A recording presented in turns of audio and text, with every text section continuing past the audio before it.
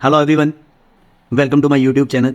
मेरा नाम चिराग है और आज हम बात करने वाले हैं वेलस्पन लिविंग के बारे में। ये दुनिया की one of the biggest home textile company है और मुझे ये कंपनी फंडामेंटली और वैल्यूएशन पॉइंट ऑफ व्यू से बहुत इंटरेस्टिंग लग रही है। मुझे ऐसा लग रहा है कि कहीं ना कहीं ये आप जैसे हमारे जैसे इन्वेस्टर को अगले कुछ साल में कुछ ना कुछ पैसा जरूर बना के देगी। इस वीडियो में सबसे पहले हम बात करेंगे कि कौन कौन सी सेगमेंट में वेलस्पन लिविंग काम करती है, इनका डिस्ट्रीब्यूशन नेटवर्क कैसे काम करता है। उसके बाद हम बात करेंगे कि मुझे ऐसे कौन से ट्रिगर पॉइंट्स नजर आते हैं जिसकी वजह से हो सकता है कि अगले 2 या 3 साल में ये स्टॉक हमें पैसा बना के दे दे।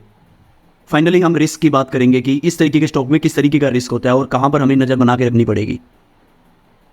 वीडियो स्टार्ट करने से पहले मैं आपको स्टैंडर्ड डिस्क्लेमर दे दूं कि ये कोई बाय और सेल रिकमेंडेशन नहीं है। आप जब भी कोई स्टॉक खरीदे तो अपनी ड्यू डिलिजेंस जरूर कीजिए और उसके बाद ही स्टॉक खरीदिएगा। तो चलिए वीडियो स्टार्ट करते हैं। वेलस्पन का बिजनेस बहुत सिंपल सा है। 85% of their revenue comes from home textile. Home textile यानी pillows, bedsheet, towel, rugs, carpets, इन सब चीज़ों को वेलस्पन इंडिया में बनाता है और एक्सपोर्ट करता है। 85% इनका धंधा एक्सपोर्ट से आता है और सिर्फ 15% जो इनका बिजनेस है वो इंडिया डोमेस्टिक कारोबार से आता है। यूएसए इनकी सबसे बड़ी मार्केट है जहां पर 60% इनका एक्सपोर्ट होता है। उसके बाद 15% एक्सपोर्ट इनका यूरोपियन यूनियन और यूके के अंदर होता है, 15% इंडिया के अंदर और लगभग 10% रेस्ट ऑफ द वर्ल्ड के अंदर। अगर हम इनकी डोमिनेंस की बात करें कि यूएस मार्केट में ये कितने डोमिनेंट हैं, 25% of all the towels used in USA are from Welspun. उसके बाद 10% या 11% के आसपास जितनी भी बेडशीट यूएस में यूज होती है वो वेलस्पन देता है। यानी it's a very big player in America which is the world's biggest market. अब बात करते हैं कि ये डिस्ट्रीब्यूट कैसे करते हैं। इनका सबसे पहला डिस्ट्रीब्यूशन का तरीका है B2B, यानी जितनी भी बड़ी बड़ी रिटेल चेन्स है, बिग बॉक्सेस हैं यूएस के अंदर और यूरोप के अंदर, ये उनको सप्लाई करते हैं। वॉलमार्ट को, कोस्को को, होम डिपो को, इन सब से इनका बहुत बड़ा रेवेन्यू आता है। ये इनका लेगेसी बिजनेस है। उसके बाद ये ब्रांडेड होम टेक्सटाइल का बिजनेस करते हैं। ब्रांडेड का मतलब अपनी खुद की ब्रांड बनाकर बेचते हैं। अब इनके पास ना 2 तरीके की ब्रांड्स हैं। एक तो खुद की ब्रांड है, जैसे क्रिस्टी नाम की एक ब्रांड है जो एक प्रीमियम टॉवल ब्रांड है जो यूरोप में और खासकर यूके में बहुत पॉपुलर है। कहते हैं कि क्वीन ऑफ इंग्लैंड भी क्रिस्टी के टॉवल्स यूज करती है। उसके बाद विंबलडन के जितने भी टॉवल्स है वो ये सप्लाई करते हैं। तो एक बहुत बड़ा रिकॉल वैल्यू है, एक ब्रांड वैल्यू है इनकी यूके के अंदर। उसी तरीके से इनकी लाइसेंस्ड ब्रांड्स है। लाइसेंस ब्रांड का मतलब ये डिज्नी से, मार्वल से कॉन्ट्रैक्ट कर लेते हैं, ठीक है, और डिज्नी और मार्वल के टॉवल्स बना के, बेडशीट बना के बेचते हैं। बदले में डिज्नी और मार्वल को क्या मिलती है? रॉयल्टी मिल जाती है। और इनको क्या फायदा होता है? इनको ये फायदा होता है कि इनकी शेल्फ लाइफ बढ़ जाती है और इनकी बिक्री भी बढ़ जाती है। लाइसेंस्ड ब्रांड्स में इनके पास भी कई सारी ब्रांड्स हैं। एक मार्था स्टीवर्ट है, एक स्कॉट लिविंग है जो अपने आप में बहुत अच्छा कर रही है। इसके अलावा ये बिजनेस करते हैं ई कॉमर्स के थ्रू भी। वहां से लगभग 3% के आसपास रेवेन्यू आता है, बहुत ज्यादा रेवेन्यू नहीं आता, लेकिन आहिस्ता आहिस्ता ये उसे स्केल अप कर रहे हैं। इसके अलावा अगर हम डोमेस्टिक बिजनेस की बात करें तो डोमेस्टिक भी इनका B2B बिजनेस है। जैसे लाइफस्टाइल को, शॉपर स्टॉप को, बिग बाजार को ये अपनी बेडशीट और टॉवल बेचते हैं और वहां पर उनकी बिक्री होती है। दूसरा इनका तरीका है खुद की ब्रांड बनाना। अब यहां पर इनका बहुत ज्यादा फोकस है। आज के दिन में इनके लगभग 21,000 के आसपास रिटेल स्टोर्स हैं जिनको प्लान है इंक्रीज करने का लगभग 50,000 तक 2027 तक। इंडिया में जो इनकी सबसे बड़ी ब्रांड है वो है स्पेसिस। ये एक प्रीमियम ब्रांड है, प्रीमियम बेडशीट और टॉवल्स बेचते हैं। अगर आप अमेजोन पे जाकर चेक करेंगे तो आपको वहां पर उनके रिव्यूज मिल जाएंगे। मासिस के लिए इनकी ब्रांड का नाम है वेलस्पन। तो ये मासिस के लिए भी बेडशीट और टॉवल बना रहे हैं और प्रीमियम सेगमेंट के लिए भी बना रहे हैं। इंडिया में ई कॉमर्स का धंधा बहुत ज्यादा इनका नहीं है, लेकिन अभी ये आहिस्ता आहिस्ता उम्मीद कर रहे हैं कि अगले 2-3 साल में वो पिकअप करने लग जाएगा। 85% धंधा तो आ गया होम टेक्सटाइल से। बचे हुए 15% में 10% इनका बिजनेस आता है फ्लोरिंग बिजनेस से। अब फ्लोरिंग बिजनेस क्या है? इसमें ये readymade click and lock tiles बनाते हैं, वॉल टू वॉल कारपेट्स बनाते हैं, कारपेट टाइल्स बनाते हैं। उसके बाद आर्टिफिशियल ग्रास बनाते हैं जो हमको कई जगह पे नजर आती है। इनका यूज कहां पर होता है? होटल इंडस्ट्री में यूज होता है, कॉमर्शियल इंडस्ट्री में यूज होता है, इवन रेजिडेंशियल में भी इनका यूज होता है। तो 10% of their revenue comes from flooring business. Flooring business इनका most of the business export का धंधा है और इंडिया में भी ये उसको रैंप अप करने की कोशिश कर रहे हैं through their retail touch points. इसके अलावा 5% of their business come from technical textile, जिसको एडवांस टेक्सटाइल भी बोल देते हैं। अब ये धंधा क्या है? ये वैल्यू एडेड प्रोडक्ट्स है। होम टेक्सटाइल बिजनेस है वो वोवन बिजनेस है, ठीक है। ये नॉन वोवन बिजनेस है। जैसे आपने वेट वाइप्स बना दिए, वैल्यू एडेड प्रोडक्ट है ना। उसके बाद आपने स्पन लेस बना दिए या फिर आपने निडल पंच बना दिए। अब निडल पंच क्या है? जैसे आप कार्स में जो ऑयल फिल्टर यूज करते हैं, एयर फिल्टर्स यूज करते हैं, that is a category of advance textile. या टेक्निकल टेक्सटाइल जिसे बोलते हैं, ये वैल्यू एडिड प्रोडक्ट्स हैं और यहाँ पर मार्जिन्स भी हाई होते हैं और जो इनकी ग्रोथ है वो भी यहाँ पर in comparison to their legacy business ज़्यादा है।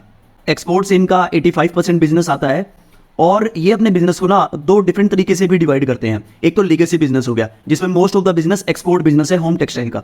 उसके बाद ये बात करते हैं एमर्जिंग बिजनेस की, जहां से 35% ऑफ द रेवेन्यू आता है। एमर्जिंग बिजनेस में क्या हो गया, ई कॉमर्स का बिजनेस हो गया, इंडिया का डोमेस्टिक बिजनेस हो गया, उसके बाद ये एडवांस टेक्सटाइल का बिजनेस हो गया, फ्लोरिंग का बिजनेस हो गया। इन सब बिजनेस को ये एमर्जिंग बिजनेस कहते हैं क्योंकि यहां पर नई ग्रोथ आ रही है।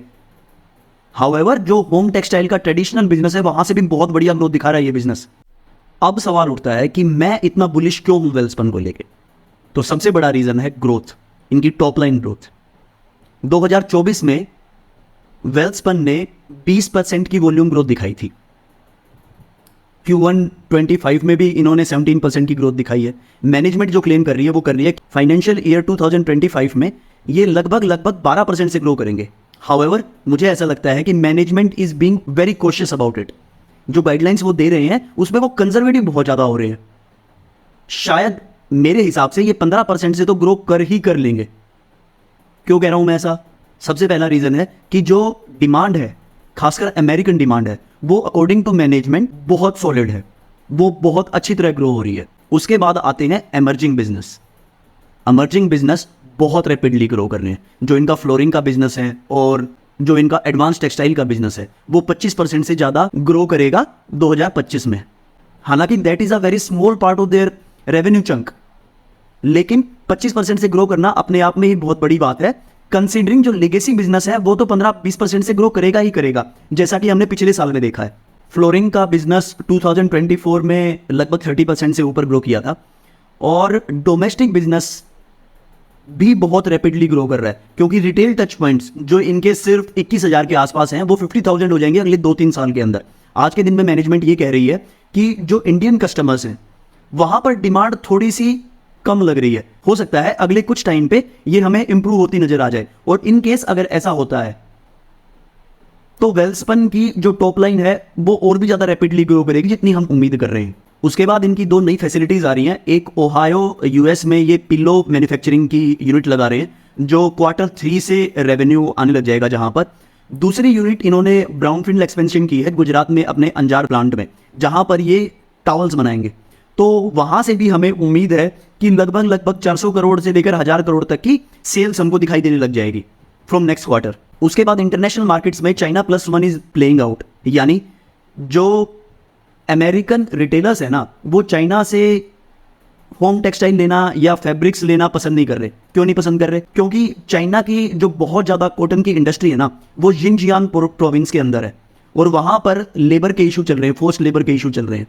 और उस फोर्स लेबर से जो वेस्टर्न कंपनीज हैं वो अपने आप को दूर रखना चाहती हैं, इसलिए they are trying to diversify their sources और उसकी वजह से वेल्सपन जैसी कंपनीज को बहुत ज़्यादा फायदा हो रहा है। India is actively displacing China in American market right now, और Welspun is the biggest beneficiary in that case. Scope of gaining market share for Welspun in Europe as well as USA is huge. उसके बाद अगला reason है कि पूरी industry बहुत अच्छा कर रही है। ग्लोबल जो होम टेक्सटाइल की इंडस्ट्री है वो 7% से ग्रो करेगी, जो एडवांस टेक्सटाइल की इंडस्ट्री है वो 10% या 11% से ग्रो करेगी। तो industry in itself is looking very bullish. इसके अलावा जो इंडियन गवर्नमेंट है वो कोशिश कर रही है कि नई नई पॉलिसीज ला सके ताकि जितने भी इंडियन प्लेयर्स हैं वो डोमिनेट कर सके वर्ल्ड ट्रेड को। फॉर एग्जांपल इंडियन गवर्नमेंट ने अभी फ्री ट्रेड एग्रीमेंट साइन किया है ऑस्ट्रेलिया के साथ, मॉरिशस के साथ और यूएई के साथ। इन सबसे क्या होगा कि जितने भी ये टेरिटरीज हैं यहाँ पर इंडियन माल जब जाएगा तो उनको कोई नेगेटिव इम्पैक्ट नहीं पड़ेगा हाई ड्यूटीज का, हाई टैक्सेस का। इन सब रीजंस की वजह से मुझे लगता है कि शायद 15% से तो ये ग्रो कर ही लेंगे। हाउएवर मैनेजमेंट 12% कह रही है, लेकिन मैनेजमेंट ने हमेशा अपनी गाइडलाइंस को बीट किया है पिछले कई क्वार्टर्स में। तो मुझे ऐसा लगता है कि होपफुली ये 15% से भी ज़्यादा ग्रोथ अगले कुछ क्वार्टर्स में दिखाएंगे हमें। अब दूसरा सबसे बड़ा रीजन की बात करते हैं कि मैं इस स्टॉक में बुलिश क्यों हूँ, वो है मार्जिन एक्सपेंशन। आज के दिन में वेल्सपन लगभग 15 और 15.5% के आसपास मार्जिन में डील कर रही है अगर हम अदर इनकम को भी ऐड कर लेते हैं। मैनेजमेंट ऐसा कह रही है कि इनके मार्जिन आहिस्ता आहिस्ता एक्सपेंड होने चाहिए, ऑलमोस्ट 16 से 18% तक हो सकते हैं 2027 तक इनके मार्जिन। अब मार्जिन इंक्रीज होने का सबसे बड़ा रीजन है वर्टिकल इंटीग्रेशन ऑफ वेल्सपन। देखिए, India is one of the biggest producing cotton country in the world और जो कॉटन इंडिया में प्रोड्यूस होती है उसको वेल्सपन अपनी खुद की फैसिलिटी के अंदर स्पिनिंग करता है, वीविंग करता है, प्रोसेसिंग करता है, उसके बाद कटिंग और सीविंग करता है, यानी ये सारी चीजें इन हाउस होती हैं। तो it is a vertically integrated player. और उसके बाद लॉजिस्टिक का काम भी ये खुद करते हैं, और लगभग 50% of their energy needs is met through their own solar plants.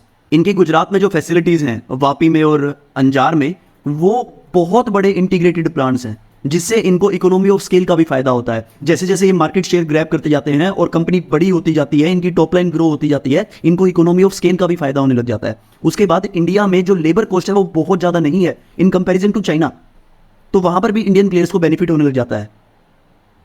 उसके बाद इंटरनेशनल कॉटन प्राइसेस जो हैं वो थोड़े से ऊपर चल रहे थे और इंडियन कॉटन प्राइसेस थोड़े से नीचे चल रहे हैं, उसका भी बेनिफिट हो रहा था इनको।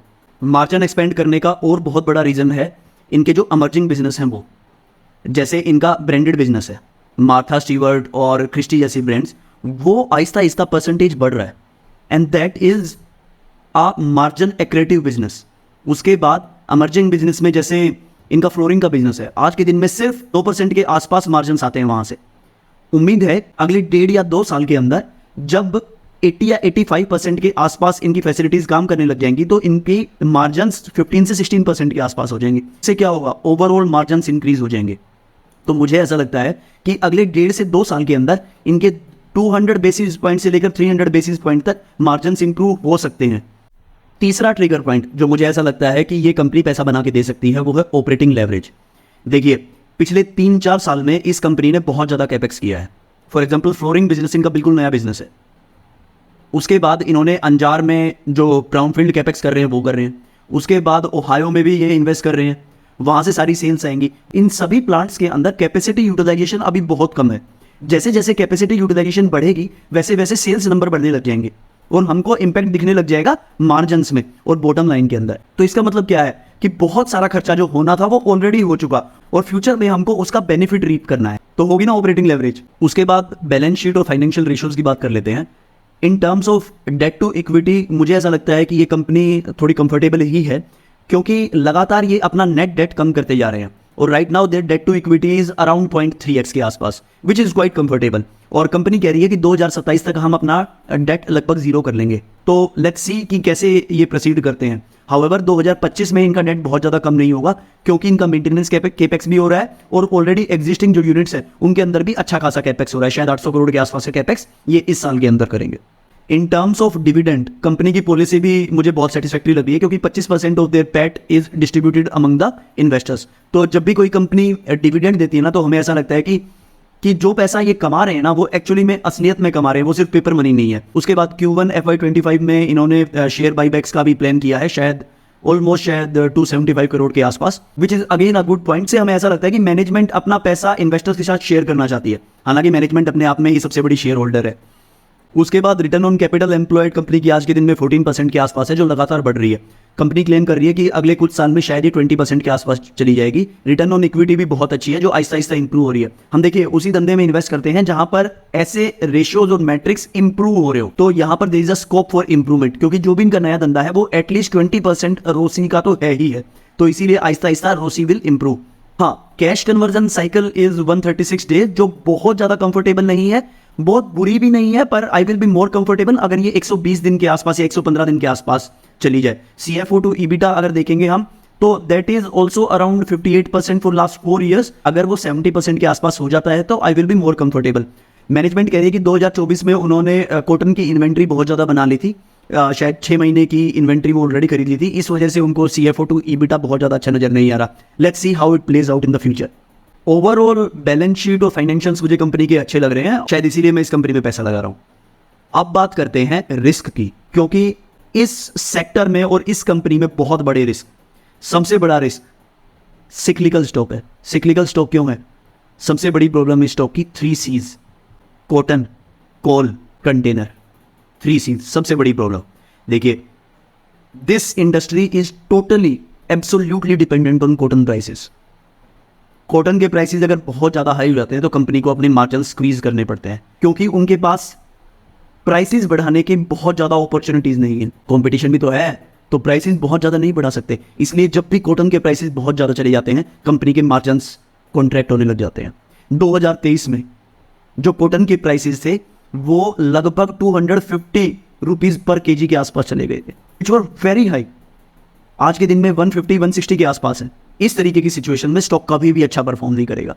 अगर आप 2023 की इनकी परफॉर्मेंस देखेंगे तो everything came crashing down, their top line crashed, their PAT crashed, their margins crashed.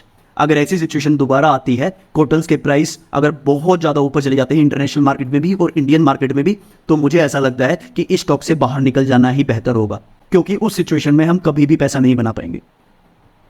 उसके बाद कॉर्न के प्राइसेस, कोविड के टाइम पे कॉर्न के प्राइसेस बहुत ज़्यादा हो गए थे, अब आहिस्ता आहिस्ता कूल डाउन होने लग गए हैं। कॉटन के प्राइसेस भी स्टेबलाइज होने लग गए हैं, लगभग 60,000-65,000 के आसपास पर कॉटन कैंडी मिल रहा है, विच इज़ हाई, क्योंकि आज से 4 या 5 साल पहले जो नॉर्मल हुआ करता था वो 45,000 के आसपास नॉर्मल हुआ करता था। आज के अंदर 60% is a new normal of cotton prices. उस समय 20% मार्जिन के बिजनेस हुआ करते थे, आज के दिन में सिर्फ 15% मार्जिन का बिजनेस रह गया।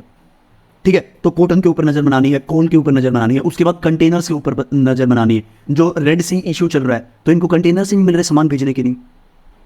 जब ये अपना नए धंधे का सामान भेजते हैं ना, जैसे फ्लोरिंग का सामान इनको एक्सपोर्ट करना है, तो वहां पर सारी कॉस्ट, सारा रिस्क वो इनको खुद बेयर करना पड़ता है, तो उस वजह से इनकी ग्रोथ नहीं आती।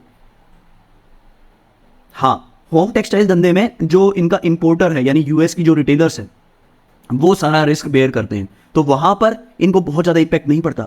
लेकिन जो नया धंधा है, जो अमर्जिंग बिजनेस है, वो जब एक्सपोर्ट कर रही है, जब इनको बहुत ज़्यादा प्रॉब्लम आ रही है, क्योंकि कंटेनर्स मिल ही नहीं रहे नए, और मिल रहे हैं तो बहुत लेट मिल रहे हैं, उनके प्राइसेस बहुत हाई है। ये समस्या है, सबसे बड़ी समस्या। 3 C's, कॉटन, कंटेनर और कॉर्न, इसके ऊपर नजर बना के देख रखिएगा। इस वजह से ये स्टॉक एक सिक्लिकल स्टॉक बन जाता है, और सिक्लिकल स्टॉक में हम पैसा नहीं बनाएंगे अगर साइकिल हमारे फेवर में नहीं है। तो साइकिल को जरूर देखते रहिएगा, चाहे दुनिया कुछ भी बोले। कॉटन के प्राइसेस को फॉलो डिलीजेंटली। उसके बाद दूसरा रिस्क आता है trade barriers. Vietnam, Bangladesh, Pakistan, ये जब एक्सपोर्ट करते हैं अपना सामान यूरोप में, यूके में, तो कोई भी टैक्स बैरियर्स नहीं होते। लेकिन इंडिया या चाइना जब एक्सपोर्ट करता है तो उनको टैक्स देना पड़ता है। इसकी वजह से क्या होता है? इसकी वजह से ये होता है कि जो बांग्लादेश और वियतनाम के प्रोडक्ट हैं, those become cheaper to import, and India is losing the second biggest market, UK is the second biggest market. पिछले 3 साल से 4 साल से हम सुन रहे हैं कि इंडियन गवर्नमेंट FTA साइन करेगी यूके के साथ भी, यूरोप के साथ भी, लेकिन वो बात बन नहीं पा रही है। इन केस अगर ऐसा हो जाता है अगले 1 साल में, 2 साल में, 3 साल में, तो it will be a very positive thing for this stock. उसके बाद करेंसी वॉलेटिलिटी है। 85% ऑफ देयर बिजनेस एक्सपोर्ट का है। अगर डॉलर क्रैश हो जाता है, नीचे जाता है, और रुपी स्ट्रेंथन होने लग जाता है, तो इनको नुकसान होने लग जाता है। ग्लोबल इकोनॉमिक स्लोडाउन अगर आ गया, अगर डिमांड ही कम हो गई जैसे 2023 में हुई थी, कॉटन के प्राइसेस बढ़ गए थे और डिमांड भी स्लो डाउन हो गई थी, तो इनके मार्जिन्स विल क्रैश। उस पर भी नजर बनाना कि वर्ल्ड वाइड इकोनॉमिक सिचुएशन कैसी चल रही है, अमेरिका में सिचुएशन कैसी चल रही है। उसके बाद काउंटरफिटेड प्रोडक्ट्स आ रहे हैं मार्केट के अंदर। जो क्रिस्टीन की ब्रांड है या मार्था स्टीवर्ट इनकी ब्रांड है, डिज्नी इनकी ब्रांड है, उन सब ब्रांड्स के काउंटरफिट प्रोडक्ट्स आ जाते हैं मार्केट के अंदर। तो इन जैसी ब्रांडेड कंपनीज को नुकसान झेलना पड़ता है, वो भी एक बहुत बड़ा रिस्क है। फाइनली जो इनका अमर्जिंग बिजनेस है, फ्लोरिंग का बिजनेस है, उसकी सिचुएशन क्या रहेगी? वो एक नया बिजनेस है, वो एक टेक्सटाइल बिजनेस नहीं है जो कॉटन से शुरू हुआ है। इन्होंने पहले कभी किया नहीं है, अभी उसने ग्रोथ दिखाई भी नहीं है जितनी इनको उम्मीद है। मेरे ख्याल से 1000 करोड़ से ऊपर का केपेक्स इन्होंने वहाँ पर कर दिया। तो that is a new segment, पता नहीं वो कब ग्रो करेगी, उसके ऊपर भी नजर बना के रखनी है। ठीक है, लेगेसी बिजनेस सही कर रहा है, कोई दिक्कत नहीं है। होम टेक्सटाइल बहुत बढ़िया कर रहा है, एक्सपोर्ट कर रहे हैं, बहुत बढ़िया कर रहा है, लेकिन वो एग्जिस्टिंग बिजनेस है। इनका जो नया बिजनेस है उसके ऊपर नजर बनाइएगा, वो 25% या 30% से ग्रो करता है या नहीं करता। इन केस अगर वो करेगा तो आपको और मेरा पैसा जरूर बनेगा। टेक्निकल्स और वैल्यूएशन की बात हम अगले वीडियो में करेंगे। वैल्यूएशन पॉइंट ऑफ व्यू से मुझे ये स्टॉक बहुत ज़्यादा इंटरेस्टिंग लग रहा है, उस वीडियो को जरूर देखिएगा। तो नेक्स्ट वीडियो में मिलते हैं, तब तक के लिए मेहनत करते रहिए, पढ़ते रहिए, पैसा ज़रूर बनेगा, यकीन रखिए अपने ऊपर। Bye bye, best of luck.